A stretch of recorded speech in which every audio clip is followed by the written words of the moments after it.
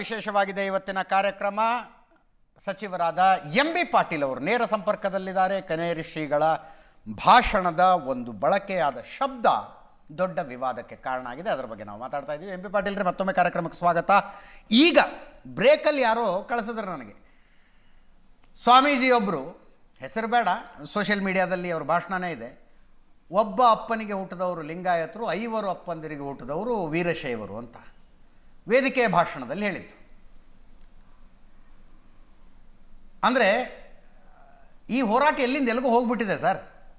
ನೋಡಿ,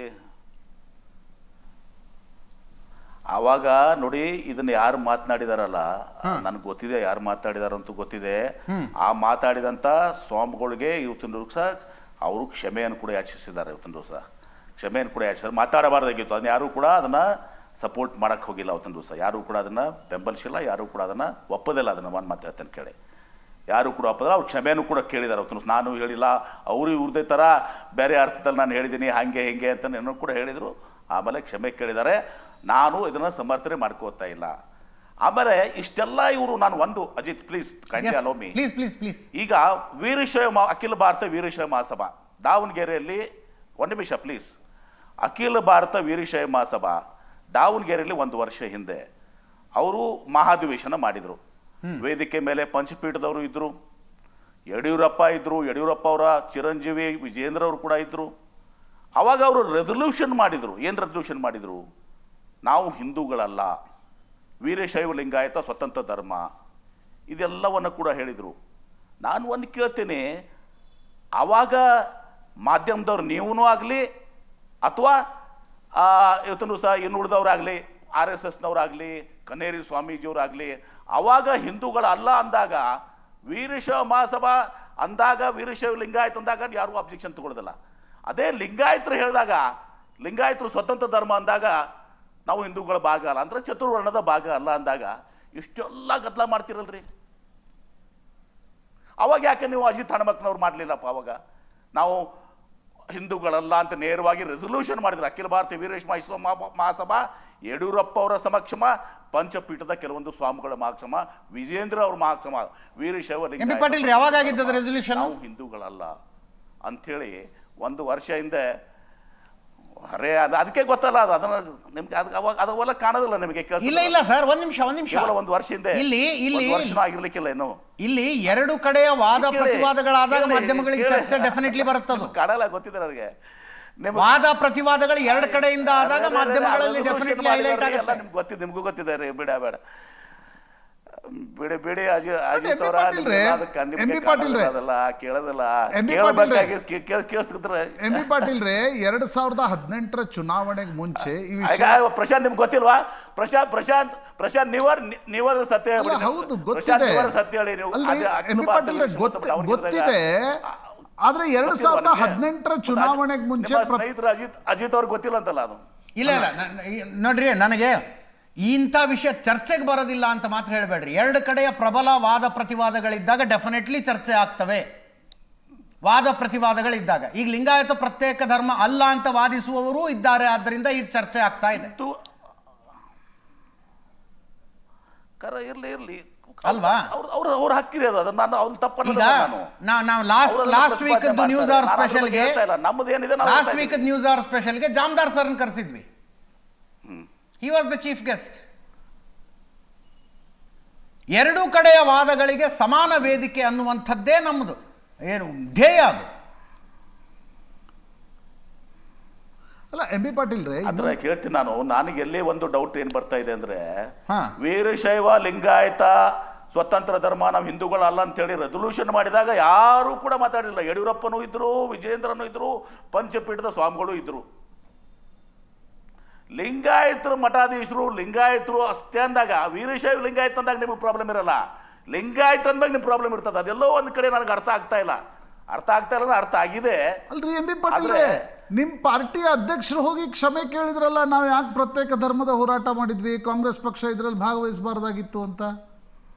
ನಿಮ್ಮ ಪಕ್ಷದ ರಾಜ್ಯಾಧ್ಯಕ್ಷರ ಕ್ಷಮೆ ಕೋರಿದ್ದಲ್ವಾ? ಅದಕ್ಕೆ ನಾನು ಉತ್ತರ ಕೊಟ್ಟಿದ್ದೀನಿ. ನಾನು ಆವಾಗ ನಾನೇ ಉತ್ತರ ಕೊಟ್ಟಿದ್ದೀನಿ ಅವ್ರಿಗೆ. 2000 ಉತ್ತರ ಕೊಟ್ಟಿದ್ದೀನಿ, ನಿಮ್ಗೆ ಗೊತ್ತಿದೆ ಅವಾಗ. ಹೌದ್ರಿ ಎಂ ಬಿ ಮತ್ತೆ ಪಾಟೀಲ್ ನಮ್ಮವ್ರ ಮಧ್ಯೆ ಇದು ಮಾಡಕ್ ಹೋಗ್ಬೇಡಿ. ಅಲ್ಲ, ನಾವು ಚಾಲು ಮಾಡಲ್ಲ. ನೀವು ಯಾರಪ್ಪ ಹೇಳುದು ಅಂತ ನಾನು ಕೇಳಿದ್ದೀನಿ.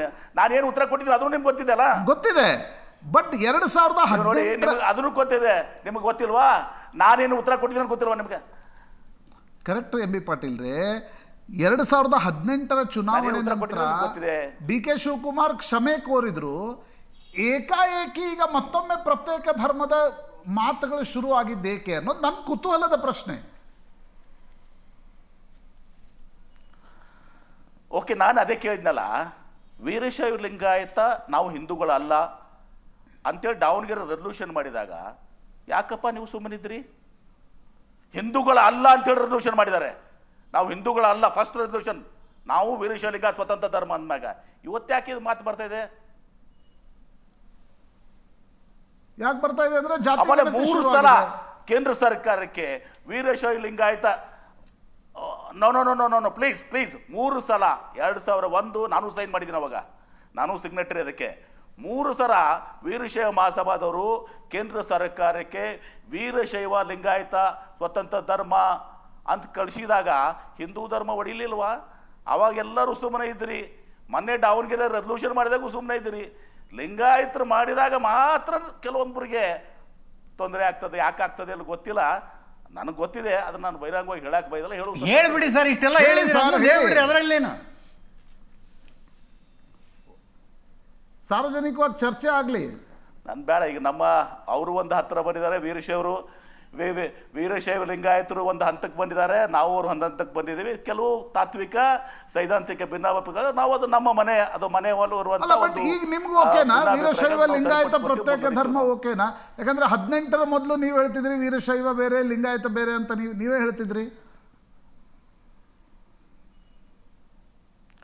ನಾವು ಯಾಕೆ ಇವತ್ತು ಅವಾಗ ಬಂದಾಗ ಪ್ರಶ್ನೆ ಏನಾಗಿದೆ, ಹಿಂದೆ 2-3 ಸಾರ ವೀರಶೈವ ಲಿಂಗಾಯತ ಅಂತ ಹೋದಾಗ ಇವತ್ತು ಕೇಂದ್ರ ಸರ್ಕಾರ ವೀರಶೈವ ಒಂದು ದಿವಸ ಶೈವ ಧರ್ಮದ ಭಾಗ, ನಿಮ್ಗೆ ಹೇಳಬೇಕಾಗಿಲ್ಲ, ನನಗೆ ಜಾಸ್ತಿ ಗೊತ್ತಿಲ್ಲ, ನಿಮ್ಗೆ ಗೊತ್ತಿದೆ ಅದು ಇಂತೂ ಹೇಳಿ ಅದನ್ನು ಗಣನೆಗೆ ತಗೊಳ್ಳಾರ್ದಾಗ ಅದು ಬೇಡಪ್ಪ, ಪದದಿಂದ ಇವತ್ತೊಂದು ದಿವಸ ನಮಗಿದು ಆಗ್ತದೆ ಅಂತೂ ದೃಷ್ಟಿದಿಂದ ಟೆಕ್ನಿಕಲ್ ಆಗಿ ಇವತ್ತೊಂದು ದಿವಸ ಎಲ್ಲರೂ ಕೂಡ ಇದು ಮಾಡಿದ್ದಾರೆ. ಅದು ಎಲ್ಲ ಬೇಡ, ಈಗ ಅದನ್ನು ನಾನು ತರೋದಿಲ್ಲ. ಆದರೆ ಹೇಳ್ತೀನಿ, ವೀರಶೈವ ಮಹಾಸಭಾದವರು ಹಿಂದೂಗಳಲ್ಲ ಅಂತಂದೆ ಒಂದು ವರ್ಷ ಅಥವಾ 8 ತಿಂಗಳ ಹಿಂದೆ ಮಾಧವೇಶನದಲ್ಲಿ ವಿಜಯೇಂದ್ರ, ಯಡಿಯೂರಪ್ಪ, ಪಂಚಪೀಠದ ಎಲ್ಲರೂ ಮಾಡಿದಾಗ ಯಾರೂ ಸುದ್ದಿ ಮಾಡಲಿಲ್ಲ. ಎಲ್ಲರೂ ಮಾಡಿದ ಯಾರು ಸುಮ್ಮನೆ ಇದ್ರಿ ನೀವು? ಅಥವಾ ಅವರು 3 ಸಲ ಕಳಿಸಿದ, ಈಗ ಯಾಕ್ರಿ ಅಷ್ಟೆಲ್ಲ ನಿಮಗೆ ಪ್ರತಿರೋಧ? ಅದಕ್ಕೆ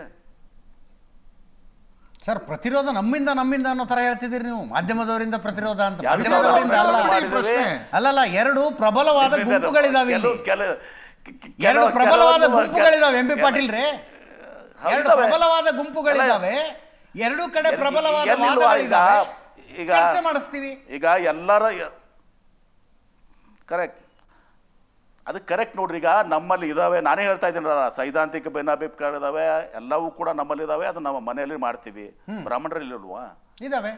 ಇಲ್ವಾ? ಬ್ರಾಹ್ಮಣರಲ್ಲಿ ಇಲ್ವಾ? ಅಲ್ಲಿ ಇದಾವೆ, ಖಂಡಿತ ಇವೆ. ಅಲ್ಲಿ ಬೇರೆ ಬೇರೆ ಪಂಗ ಇದು ಇಲ್ವಾ? ಯಾವ ಜಾತಿ ಇರಲಿಲ್ಲ. ಅದನ್ನ ಯಾಕೆ ಅದನ್ನು ಸುಮ್ಮನೆ ಇದು ಮಾಡ್ತೀವಿ? ಪೊಲಿಟಿಕಲಿ ಸಿಗ್ನಿಫಿಕೆಂಟ್ ರೀ.